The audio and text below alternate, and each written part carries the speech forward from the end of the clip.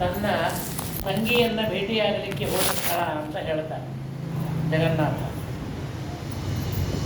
ಇವತ್ತು ಎಲ್ಲ ಜೀವರಾಶಿಗಳು ಜಗನ್ನಾಥನ ದರ್ಶನ ಮಾಡಿಕೊಳ್ಳದೇ ಇದ್ದರೆ ಪುಣ್ಯವಂತರಲ್ಲ ಅಂತ, ಅಷ್ಟರ ಮಟ್ಟಿಗೆ ಜಗನ್ನಾಥನ ಮಹಾತ್ಮೆ ಇದೆ.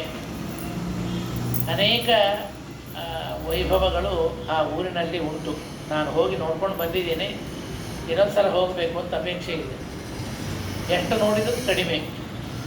ದೇವರ ರೂಪ ಎಲ್ಲ ಕಡೆಗೂ ಒಂದು ತರಹದ ಲೋಹಮಯವಾದ ಪ್ರತಿಮೆಗಳು ಇಲ್ಲ ಶಿಲಾಮಯವಾದ ಪ್ರತಿಮೆಯನ್ನು ನೋಡಲಿಕ್ಕೆ ಸಿಗತ್ತೆ.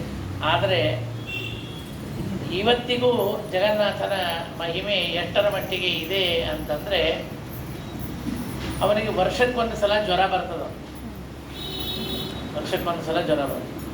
ಹಾಗೇನು ಬರ್ತದೆ ರೀ, ದೇವರಿಗೆ ಜ್ವರ ಬರ್ತದೆ, ಎಲ್ಲಿದ್ದು ಸುಳ್ಳು ಹೇಳ್ತಿರ್ತೀವಿ ಅಂತ ಅನ್ಬೋದು. ಆದರೆ ಇವತ್ತಿಗೂ ಒಂದು ವರ್ಷಕ್ಕೆ ಒಂದು ಬಾರಿ ಡಾಕ್ಟರ್ ಬಂದು ಸ್ಟೆಥಿಸ್ಕೋಪ್ ಹಚ್ಚಿ ಅಲ್ಲಿ ಜ್ವರ ಇದ್ದದ್ದು ಅದರೊಳಗೆ ಕಾಣಿಸ್ತದೆ.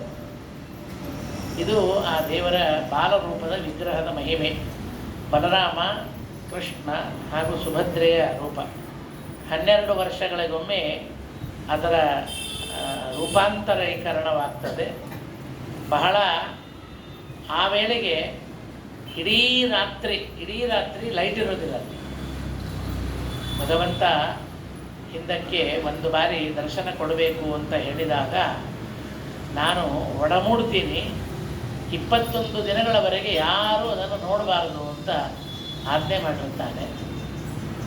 ಪೂಜಾರಿಗಳೆಲ್ಲರೂ ಕಣ್ಣು ಮುಚ್ಚಿ ಕಣ್ಣಿಗೆ ಪಟ್ಟಿ ಕಟ್ಟಿಕೊಂಡು ಅದರ ವ್ಯವಸ್ಥೆ ಮಾಡ್ತಾ ಇರ್ತಾರೆ. ಬಹಳ ಕ್ಯೂರಿಯಾಸಿಟಿಯಿಂದ 18ನೇ ದಿನ ನೋಡಿಬಿಡ್ತಾನಂತವನು. ಹಾಗಾಗಿ ಪೂರ್ಣ ರೂಪ ಪ್ರಕಟವಾಗಿಲ್ಲ ಭಗವಂತನದು, ಅರ್ಧ ರೂಪನೇ ಪ್ರಕಟವಾದದ್ದು ಜಗನ್ನಾಥದಲ್ಲಿ. ಪರಮಾತ್ಮನ ಪೂರ್ಣ ರೂಪ ಅಲ್ಲಿ ಕಾಣಿಸೋದಿಲ್ಲ ನೋಡಲಿಕ್ಕೆ. ಇದು ಆ ಜಗನ್ನಾಥನಲ್ಲಿ ಇರ್ತಕ್ಕಂತಹ ಮಹಿಮೆ. ಏನೇನೋ ಮಹಿಮೆಗಳು ಬಹಳ ಇದೆ, ನೋಡಿದರೆ ವಿಚಿತ್ರ ಅಂತ ಅನ್ನಿಸ್ತದೆ. ಹೋದರೆ ಆ ಊರಲ್ಲೇ ಇರಬೇಕು, ಅಷ್ಟು ಪಾವಿತ್ರ್ಯ ಆ ಊರಿನಲ್ಲಿ ಕಾಣಿಸ್ತಾ ಇರ್ತದೆ, ಕಣಕಣದಲ್ಲಿ ಕಾಣುತ್ತೆ. ನನಗೆ ಇನ್ನೊಂದು ಆಶ್ಚರ್ಯ ಆದದ್ದಲ್ಲಿ ಅಂತಂದರೆ, ಇವತ್ತಿನವರೆಗೂ ಅಲ್ಲಿ ಅಡಿಗೆಗಾಗಿ ಯಾವುದೇ ಮಣ್ಣಿನ ಪಾತ್ರೆ ಬಿಟ್ಟು ಬೇರೆ ಪಾತ್ರೆಯನ್ನು ಬಳಸೋದಿಲ್ಲ. 100%.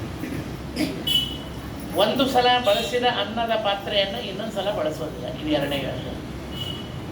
3ನೇದು ಇಡ್ಲಿ ಒಲೆ, ಅದರ ಕಟ್ಟಿಗೆ ಒಲೆ ಮೇಲೇನೇ ಅಡಿಗೆ. ಎಲ್ಲ ಕಡೆಗೆ ಗ್ಯಾಸ್ ಬಂದಿದೆ, ಆದರೆ ಜಗನ್ನಾಥದಲ್ಲಿ ಮಾತ್ರ ಇವತ್ತಿನವರೆಗೂ ಗ್ಯಾಸ್ ಇಲ್ಲ. ಇದು 4ನೇ ವೈಭವ. 5ನೇದಾಗಿ 7 ಮಡಿಕೆಗಳನ್ನು ಒಂದರ ಮೇಲೆ ಒಂದು ಇಡುತ್ತಾರೆ. ಕೆಳಗೆ ಉರಿ ಹಚ್ಚಿರ್ತಾರೆ. ಅನ್ನ ಕೆಳಗಿನ ಉರಿ ಹಚ್ಚಿದ ಪಾತ್ರೆಗೆ